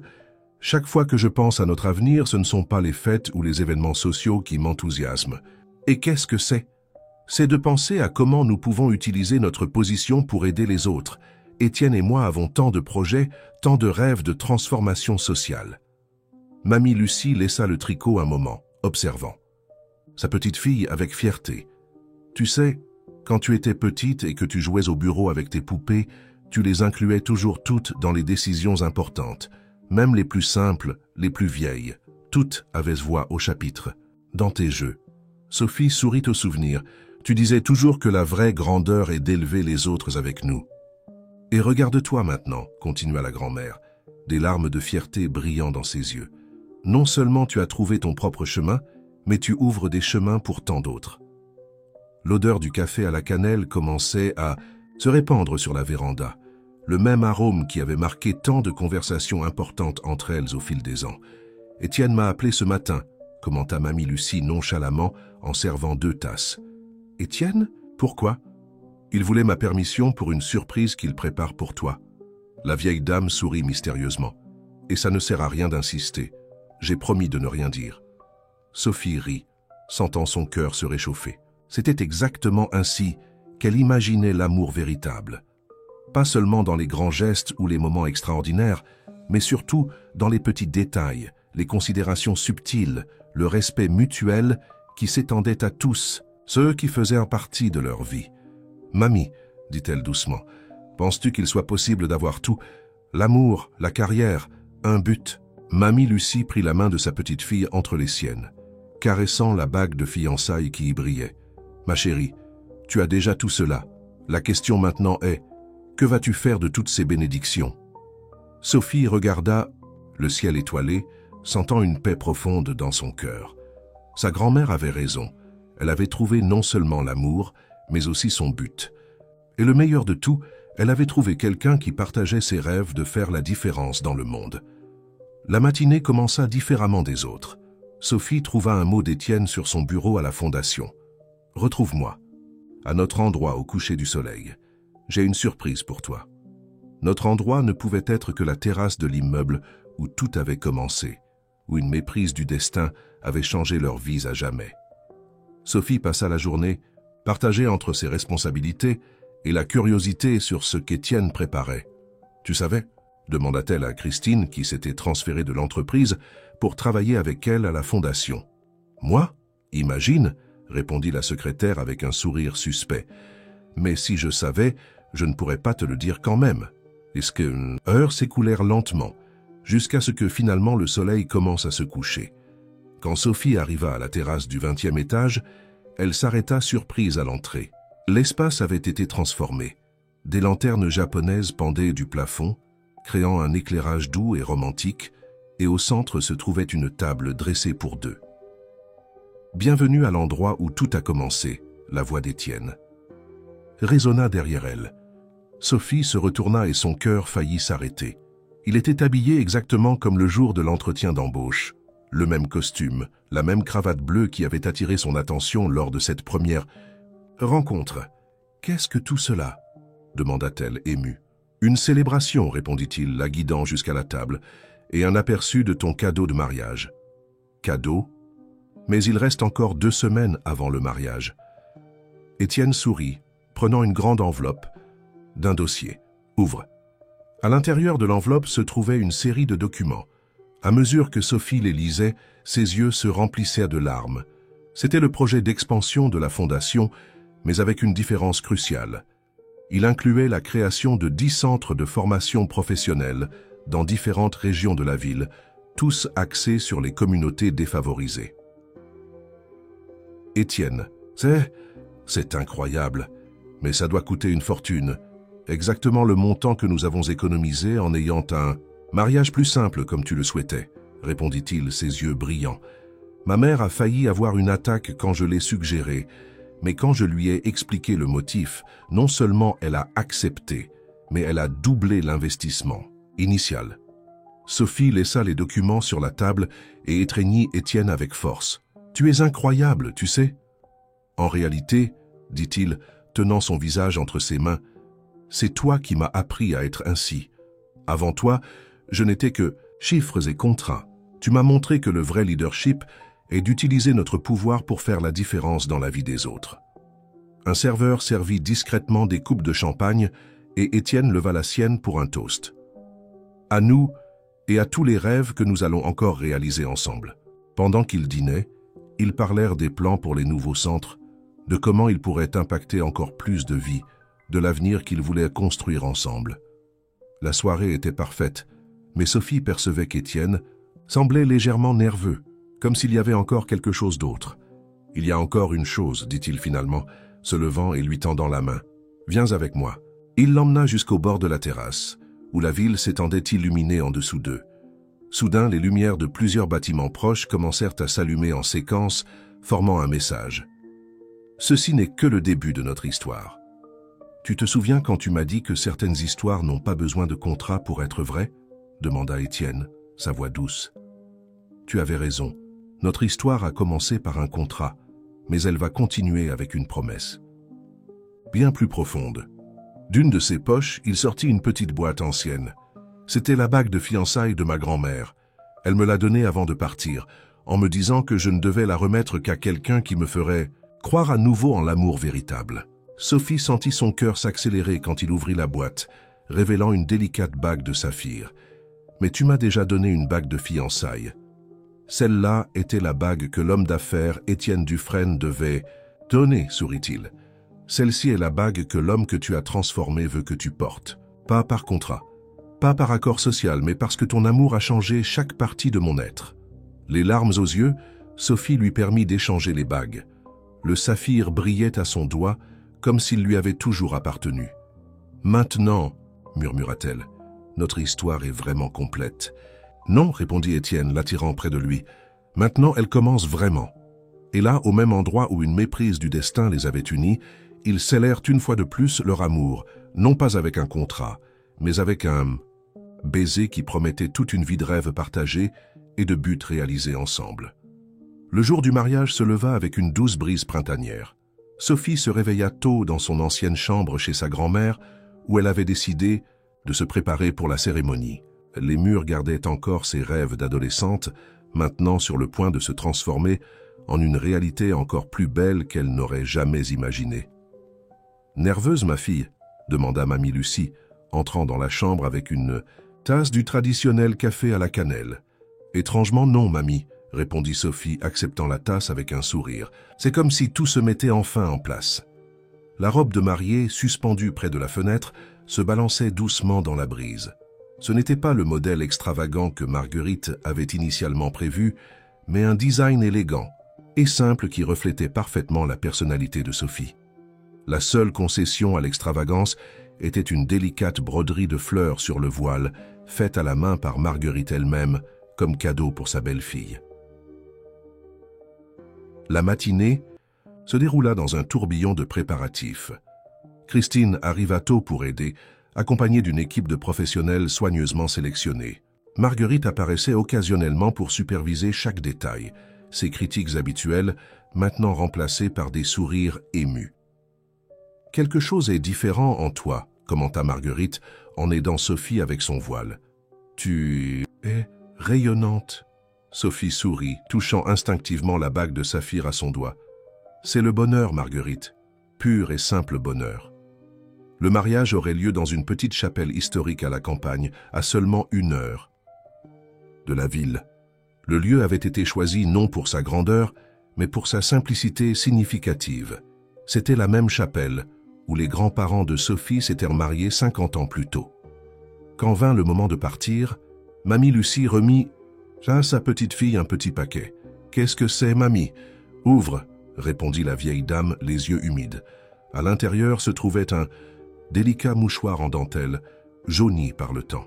« Ce mouchoir, expliqua Mamie Lucie, a été utilisé à mon mariage, à celui de ta mère, et maintenant, il est à toi. » Sophie étreignit sa grand-mère avec force, sentant l'amour de générations de femmes fortes couler à travers ce simple morceau de tissu.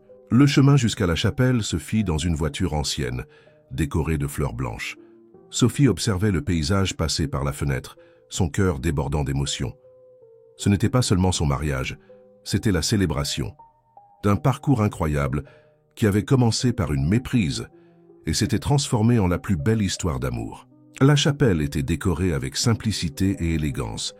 Des lanternes en papier pendaient des arbres centenaires qui bordèrent le chemin et un tapis de pétales blanches marquait le chemin jusqu'à l'autel. Quand la musique commença à jouer, Sophie respira profondément et fit le premier pas. L'allée semblait infinie et en même temps trop courte. Ses yeux rencontrèrent ceux d'Étienne qui l'attendaient à l'autel et le monde sembla disparaître autour d'eux. Il était éblouissant dans son costume bleu marine, mais ce qui attirait le plus l'attention était son sourire, ouvert, sincère, complètement libre des masques qu'il portait habituellement. Ses yeux brillaient de larmes contenues quand elle arriva enfin à ses côtés. « Tu es absolument parfaite », murmura-t-il, prenant ses mains. La cérémonie fut conduite avec une simplicité touchante. Au lieu des vœux traditionnels, Sophie et Étienne avaient écrit leurs propres promesses. Des mots qui parlaient non seulement d'amour, mais de partenariat, de but et de transformation. « Sophie, » commença Étienne, sa voix nouée par l'émotion, « je promets de t'aimer non seulement dans les moments de gloire, mais surtout dans les défis. Je promets d'être ton partenaire dans tous tes rêves, aussi impossibles qu'ils puissent paraître. Et je promets, par-dessus tout, de continuer à grandir et à me transformer à tes côtés, parce que tu me donnes envie d'être une meilleure personne chaque jour. » Sophie essuya une larme avant de commencer ses vœux. « Étienne, je promets de t'aimer avec la même vérité qui nous a unis depuis le premier jour. Je promets d'être ton havre de paix et ta plus grande supportrice. Et je promets de ne jamais laisser des contrats ou des conventions sociales définir ce que nos cœurs savent être vrai. » Quand les alliances furent échangées, de simples anneaux d'or avec leurs initiales gravées, il n'y avait pas un œil sec dans la chapelle. Marguerite sanglotait ouvertement au premier rang, tandis que Mamie Lucie souriait sereinement. L'ancien mouchoir en dentelle serré entre ses doigts. Le baiser qui scella l'union fut plus qu'un geste rituel. Ce fut la promesse silencieuse d'un amour qui transcendait toute attente, toute convention, tout contrat. C'était le début officiel d'une histoire qui était déjà écrite dans les étoiles, bien avant qu'ils ne s'en rendent compte. La réception du mariage eut lieu dans les jardins de la chapelle, sous un ciel parsemé d'étoiles. Des tables rondes, disposées sur la pelouse, accueillaient les invités, tandis que des lumières délicates suspendues entre les arbres créaient une atmosphère magique. Marguerite Dufresne avait finalement trouvé l'équilibre parfait entre élégance et simplicité. La décoration, bien que sophistiquée, conservait une ambiance chaleureuse qui reflétait parfaitement le style du couple. « Tout est parfait, maman », dit Étienne, embrassant Marguerite pendant la fête. « Exactement comme nous en rêvions. »« Eh bien, » répondit-elle avec un sourire malicieux, « j'ai appris de ta fiancée que parfois, moins c'est plus. De plus, l'argent économisé va à une cause bien plus noble. » Sophie, qui s'approchait à ce moment-là, sentit son cœur se réchauffer en entendant les paroles de sa belle-mère. C'était incroyable comme l'amour véritable avait le pouvoir de transformer non seulement les personnes directement impliquées, mais tous ceux autour d'elle. La première danse des mariés fut au son d'une valse douce, la même qu'ils avaient dansée lors de ce gala où leurs sentiments avaient commencé à se révéler. Cette fois, cependant, il n'y avait pas de masque, pas de protocole, seulement 2 cœurs battant en parfaite synchronie. « Tu te souviens de notre première danse ?» murmura Étienne, tandis qu'il tournoyait sur la piste improvisée. Comment pourrais-je l'oublier? C'est là que j'ai réalisé que j'étais complètement amoureuse de toi, même en sachant que je ne devrais pas. Et moi, rit-il doucement, j'essayais désespérément de garder le contrôle, de suivre le contrat, alors que mon cœur avait déjà déchiré toutes les clauses.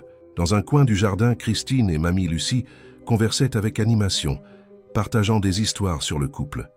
Je le savais dès le premier jour, confia Christine, la façon dont il la regardait. Je n'avais jamais vu Étienne regarder quelqu'un ainsi. Et elle, ajouta mamie Lucie avec un sourire sage, rentrait à la maison tous les soirs avec les yeux brillants, même quand elle insistait que tout était purement professionnel. Le moment le plus émouvant de la soirée vint quand Étienne demanda l'attention de tous pour une annonce spéciale. Main dans la main avec Sophie, il révéla que le premier centre de formation de la Fondation porterait le nom de Mamie Lucie. Parce que c'est elle, expliqua-t-il, qui a enseigné à Sophie les valeurs qui m'ont fait tomber éperdument amoureux, la force de l'honnêteté, l'importance du travail digne et le pouvoir transformateur de l'amour véritable. Les larmes de Mamie Lucie se mêlaient à son sourire radieux, tandis qu'elle embrassait les mariés. Vous êtes la preuve vivante que l'amour, quand il est vrai, a le pouvoir de changer le monde. La fête continua jusqu'à tard dans la nuit, avec de la musique, de la danse et beaucoup de joie. Les invités commentaient qu'ils n'avaient jamais vu un mariage à la fois si élégant et si chaleureux, si plein de sens dans chaque détail. Vers la fin de la soirée, Sophie et Étienne s'échappèrent quelques instants vers l'ancienne tour de la chapelle. De là-haut, ils pouvaient voir toute la célébration se dérouler dans les jardins. « Heureuse ?» demanda-t-il, l'enlaçant par derrière tandis qu'ils observaient la scène. « Plus que je n'aurais jamais imaginé possible, » répondit-elle, se blottissant contre lui. « Tu sais ce qui est le plus incroyable, que ce n'est que le début. » Le pu. « Début de quoi ?»« De tout, » sourit Sophie, se tournant pour le regarder. « De notre vie ensemble, de nos projets, de tous les rêves que nous allons encore réaliser. » Étienne l'embrassa doucement, et dans ce baiser résidait toute la promesse d'un avenir construit non sur des contrats ou des accords, mais sur la base la plus solide qui existe, l'amour véritable. La pleine lune brillait sur eux, témoin silencieux d'une histoire qui avait commencé par une méprise du destin et s'était transformée en quelque chose de bien plus grand. Une histoire qui prouvait que, parfois, les plus grandes réussites de la vie commencent par une supposée erreur, et que l'amour, quand il est vrai, a le pouvoir de réécrire n'importe quelle histoire, de déchirer n'importe quel contrat et de transformer deux chemins séparés en un seul et merveilleux voyage. La lune de miel sur la côte méditerranéenne fut comme un rêve. Sophie et Étienne passèrent 2 semaines à explorer de petits villages au bord de la mer, découvrant non seulement des lieux enchanteurs, mais aussi plus l'un sur l'autre. Loin des pressions du travail et des obligations sociales, ils pouvaient simplement être eux-mêmes. « Regarde ça !» s'exclama Sophie un matin, montrant à Étienne un petit café dans les ruelles de Positano. L'établissement simple et accueillant était géré par une famille locale depuis des générations. Ça me rappelle tellement le café de mamie. Étienne observa la lueur dans les yeux de son épouse et sourit. « Tu as une idée, n'est-ce pas ? Et si nous incluions un café communautaire dans chaque centre de formation ? Un espace où les étudiants pourraient non seulement apprendre la gestion en pratique, mais aussi créer un environnement accueillant pour la communauté ?» Il prit sa main par-dessus la table, embrassant doucement ses doigts. « C'est pour ça que je suis tombé amoureux de toi, toujours à penser à comment transformer des choses simples en opportunités pour les autres. » Les jours passaient tranquillement entre promenades, conversations profondes et moments de pure contemplation. Un après-midi, alors qu'ils observaient le coucher de soleil depuis leur terrasse à Santorin, Étienne remarqua Sophie pensive. « À quoi penses-tu ?»« À combien la vie est étrange, » répondit-elle, se blottissant dans ses bras. « Si je n'étais pas entré dans le mauvais bâtiment ce jour-là, nous nous serions rencontrés de toute façon, » compléta-t-il avec conviction. « Certaines personnes sont destinées à se rencontrer, peu importe les chemins qu'elles empruntent. » La dernière semaine du voyage, alors qu'ils dînaient dans un restaurant au bord de la mer à Amalfi, Étienne surprit Sophie avec une autre nouveauté. « Tu te souviens de ce village que nous avons visité hier, avec le centre communautaire ?»« Bien sûr, J'ai adoré leur projet d'éducation professionnelle pour les jeunes locaux. » « Eh bien, » sourit-il, sortant quelques documents de la pochette qu'il portait toujours, « que dirais-tu d'un partenariat international ?» Sophie prit les papiers d'une main tremblante. C'était un projet d'échange entre la Fondation Dufresne et des centres communautaires européens, permettant à des jeunes Français d'avoir des expériences internationales de travail et d'études. « Étienne, c'est incroyable, mais ça doit coûter une fortune. En fait, expliqua-t-il, nous avons déjà 5 entreprises partenaires intéressées à parrainer le projet. Ton travail à la Fondation attire beaucoup l'attention, tu sais. » Des larmes de bonheur brillaient dans les yeux de Sophie.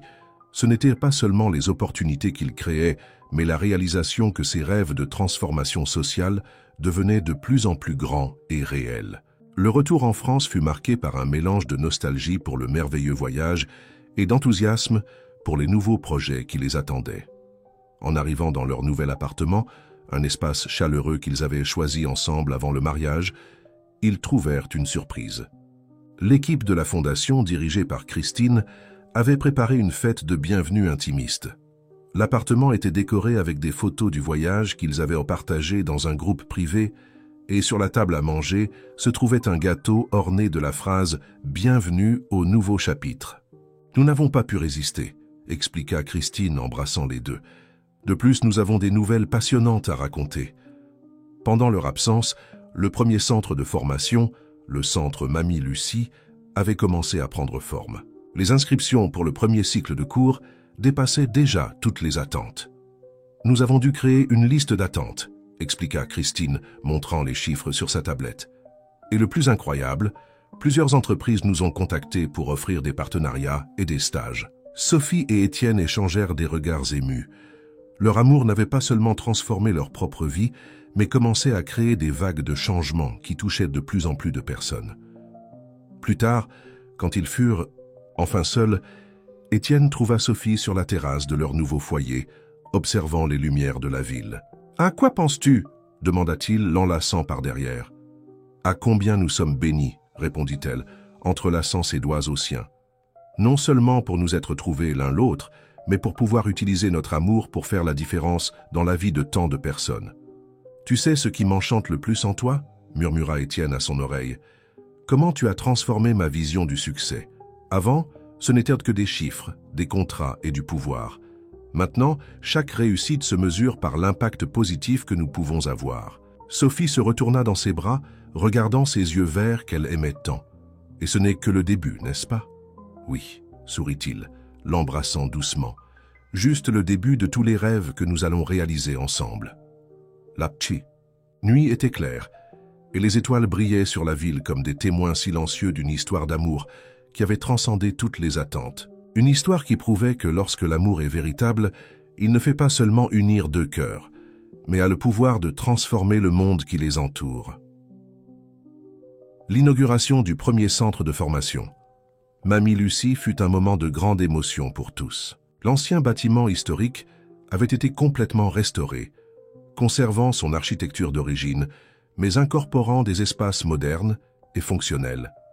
Au rez-de-chaussée, le café communautaire inspiré de ce petit établissement à Santisi, Positano fonctionnait déjà pleinement, géré par les étudiants du premier cycle de cours. « C'est encore plus beau que ce que j'avais imaginé », commenta Mamie Lucie émue, tandis que Sophie la guidait dans l'espace.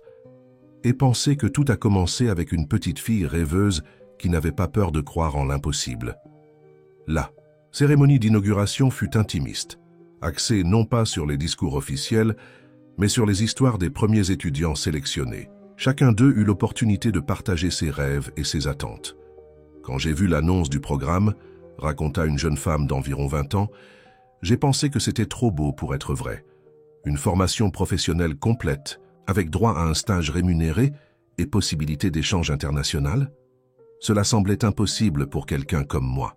Sophie, assise à côté d'Étienne au premier rang, serra la main de son mari en entendant ces paroles. Elle savait exactement ce que cette jeune femme ressentait. Elle avait été au même endroit pas si longtemps auparavant. « Mais alors, » continua la jeune femme, « j'ai rencontré Madame Sophie et j'ai compris que parfois les rêves les plus impossibles sont justement ceux que nous devons poursuivre avec le plus de force. » Après la cérémonie, Tandis que les invités circulaient dans l'espace en goûtant les petits plats préparés par les étudiants du café, Marguerite Dufresne s'approcha du couple. « Vous deux avez créé quelque chose d'extraordinaire ici, dit-elle, pour la première fois, montrant ouvertement sa fierté. Quelque chose de bien plus grand qu'un simple centre de formation. « Que veux-tu dire, maman ?» demanda Étienne. « Vous avez créé un endroit où les rêves ne sont pas seulement permis, mais activement encouragés, où des personnes qui n'ont jamais eu de chance peuvent enfin montrer leur véritable potentiel. » Sophie sentit des larmes se former dans ses yeux en entendant les paroles de sa belle-mère. C'était exactement ce qu'ils avaient rêvé de créer, un espace de transformation réelle, où les gens pourraient découvrir et développer tout leur potentiel. À la fin de la journée, lorsque seule l'équipe la plus proche restait sur place, Christine apparut avec une surprise, une petite boîte en bois sculptée. « Qu'est-ce que c'est ?» demanda Sophie, curieuse. « Ouvre !» sourit Christine. À l'intérieur de la boîte se trouvait un contrat, le contrat original que Sophie et Étienne avaient signé au début de tout, maintenant soigneusement préservé. « J'ai pensé que vous aimeriez le garder, » expliqua Christine, « comme souvenir de comment parfois les plus grands amours commencent des façons les plus inattendues. » Étienne prit le document avec soin, un sourire nostalgique aux lèvres. « Regarde toutes ces clauses, qui essayaient de contrôler ce que nos cœurs savaient déjà. » Qui aurait cru, rit doucement Sophie, que cet accord professionnel se transformerait en tout cela? Ce soir-là, après que tous furent partis, Sophie et Étienne restèrent au centre, assis dans le café communautaire. L'espace, même vide, semblait vibrer avec toutes les possibilités et les rêves qui y seraient réalisés. « Tu sais ce qui m'émeut le plus ?» commenta Sophie, sirotant une tasse du café à la cannelle qu'elle avait appris aux étudiants à préparer, la recette secrète de sa grand-mère. Voir comment notre amour n'est pas resté seulement entre nous deux. Il s'est étendu, a grandi, et maintenant il touche la vie de tant de personnes. Étienne l'attira plus près, embrassant doucement son front. Et ce n'est que le début. Nous avons encore tant de rêves à réaliser, tant de vies à transformer, ensemble, compléta-t-elle se blottissant dans ses bras. Toujours ensemble, acquiesça-t-il. À travers les fenêtres du café, il pouvait voir les lumières de la ville brillant au loin. C'était une vision qui rappelait cette première. Nuit sur la terrasse du bureau, où tout avait commencé. Mais maintenant, ils n'étaient de plus deux personnes prises dans un accord professionnel. Ils étaient partenaires de vie, unis non par un contrat, mais par un amour qui s'était avéré assez fort pour transformer non seulement leur propre vie, mais le monde autour d'eux. Et ainsi, dans cet espace qui représentait la matérialisation de leurs rêves partagés, Sophie et Étienne réaffirmaient silencieusement leur engagement, l'un envers l'autre, et envers tous ceux qui, comme eux, osaient rêver de l'impossible. Parce qu'ils avaient appris que lorsque l'amour est véritable, il a le pouvoir non seulement d'unir deux cœurs, mais de créer des vagues de transformation qui se propagent infiniment, touchant et changeant des vies de manière qu'aucun contrat n'aurait jamais pu prévoir. La première année de mariage passa comme un rêve. La Fondation Dufresne grandissait chaque jour, avec 3 nouveaux centres de formation en construction et le programme d'échange international sur le point d'envoyer sa première promotion en Europe.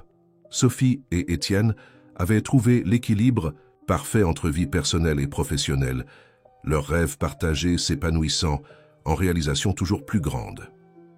Un matin de printemps, en organisant quelques documents dans son bureau à la Fondation, Sophie ressentit un léger vertige. Ce n'était pas la première fois cette semaine, mais elle avait été trop occupée pour prêter attention aux signaux que son corps envoyait. « Tu dois aller chez le médecin », insista Christine, après l'avoir trouvée pâle dans les toilettes. « Ça fait des jours que tu es comme ça. »« Ce doit être juste de la fatigue », tenta d'argumenter Sophie, mais son amie et secrétaire n'accepta pas d'excuses. « J'ai déjà pris rendez-vous pour cet après-midi, et je n'accepte pas non comme réponse. » Quelques heures plus tard, Sophie était assise nerveusement dans le cabinet médical, attendant les résultats des examens. Quand la doctoresse revint avec un sourire aux lèvres, son cœur s'accéléra. « Félicitations, Sophie, tu es enceinte. » Le monde sembla s'arrêter un moment. Enceinte, un bébé, une vie qui était la combinaison parfaite de son amour avec Étienne. De combien de temps réussit-elle à demander, sa voix tremblant d'émotion. « Environ 8 semaines, répondit la médecin. lui remettant une petite image de l'échographie. « Veux-tu entendre le petit cœur ?» Le son rythmique et accéléré qui remplit la salle fit couler des larmes sur le visage de Sophie. C'était le plus beau son qu'elle avait jamais entendu de toute sa vie. En sortant du cabinet, son esprit travaillait déjà sur 1000 idées pour annoncer la nouvelle à Étienne. Elle voulait que ce soit quelque chose de spécial, aussi spécial que le cadeau qu'ils avaient créé ensemble. Elle décida de préparer une surprise pour ce soir même. Avec l'aide de Christine, elle organisa un dîner intime sur la terrasse du premier bureau, l'endroit où tout avait commencé. « Tu es sûr que tu ne veux pas que je lui dise tout de suite ?» demanda Christine, contenant à peine sa propre excitation devant la nouvelle. « Non, » sourit Sophie, caressant inconsciemment son ventre encore plat. « Je veux voir son expression quand il le découvrira. » Le dîner fut préparé avec tout le soin. Les plats préférés d'Étienne, des bougies, des fleurs et une petite boîte dorée qui contenait l'image de l'échographie. Quand Étienne arriva, elle trouva Sophie qui l'attendait avec un sourire mystérieux. « Qu'est-ce que nous célébrons ?» demanda-t-il, l'embrassant doucement. « La vie », répondit-elle énigmatiquement, « et toutes ces merveilleuses surprises. » Pendant le dîner, ils discutèrent des projets de la fondation, des nouveaux centres en construction, des rêves qui continuèrent de grandir. Étienne remarqua que Sophie semblait particulièrement rayonnante, comme si elle gardait un précieux secret. « J'ai apporté un cadeau pour toi », dit-elle finalement, poussant la petite boîte dorée vers lui. Étienne l'ouvrit avec curiosité, et pendant un moment resta dans un silence absolu, regardant fixement l'image de l'échographie. « Sophie », sa voix se brisa, les yeux verts humides. « C'est notre plus grand projet jusqu'à présent », compléta-t-elle, des larmes de bonheur coulant sur son visage. Un projet qui a commencé avec de l'amour et qui durera pour toujours. Étienne se leva de sa chaise et l'attira dans ses bras, là, faisant tournoyer dans l'air avec précaution. « Un bébé, nous allons avoir un bébé !» Le rire des deux résonnait sur la terrasse, se mêlant aux larmes de pure joie. Étienne s'agenouilla, posant ses mains sur le ventre de Sophie. « Salut, petit miracle !» murmura-t-il. « Tu ne peux pas imaginer combien tu es déjà aimé. » En fait, sourit Sophie, posant ses mains sur les siennes, il ou elle doit déjà le savoir. Après tout, c'est le fruit de l'amour le plus véritable qui existe. Cette nuit-là, en observant les étoiles depuis la même terrasse où leur amour avait commencé, Sophie et Étienne rêvaient de l'avenir. Un avenir qui incluait maintenant non seulement leurs projets sociaux, mais aussi une petite vie qui représentait la plus grande preuve que l'amour, quand il est véritable, a le pouvoir de créer des miracles. Savais-tu que c'est ici, exactement? À cet endroit que je suis tombé amoureux de toi pour la première fois, confessa Étienne, l'enlaçant par derrière. Lors de l'entretien d'embauche? Demanda-t-elle surprise. Oui, quand tu as été complètement honnête sur tes limites, mais que tu as montré une force et une détermination que je n'avais jamais vues auparavant. À ce moment-là, même sans le savoir, mon cœur commençait déjà à déchirer toutes les pages de mes anciens contrats. Sophie se retourna dans ses bras, regardant ses yeux verts qu'elle aimait tant. Et maintenant, nous sommes ici, écrivant un nouveau chapitre de cette histoire. Un chapitre que même le plus merveilleux des rêves n'aurait pu prévoir. 6 mois passèrent depuis la découverte de la grossesse. Le centre Mamie Lucie célébrait sa première promotion de diplômée. Et le ventre de Sophie, déjà visible sous sa robe élégante, était source de joie pour tous les étudiants et employés. La cérémonie de remise des diplômes eut lieu dans le jardin du centre, en présence d'entrepreneurs partenaires, des familles des étudiants et de toute l'équipe de la Fondation. C'était un moment de célébration non seulement des réussites académiques, mais des rêves qui commençaient à devenir réalité. Quand je suis entré ici pour la première fois, discourut l'une des diplômées, je n'avais que de l'espoir. Aujourd'hui, je sors avec beaucoup plus, une profession, des opportunités réelles et la certitude que les rêves les plus impossibles sont justement ceux que nous devons poursuivre. Sophie, assise à côté d'Étienne au premier rang, sentit le bébé bouger, comme s'il voulait aussi participer à ce moment spécial. Étienne, s'en apercevant, posa sa main sur son ventre, souriant en sentant les mouvements.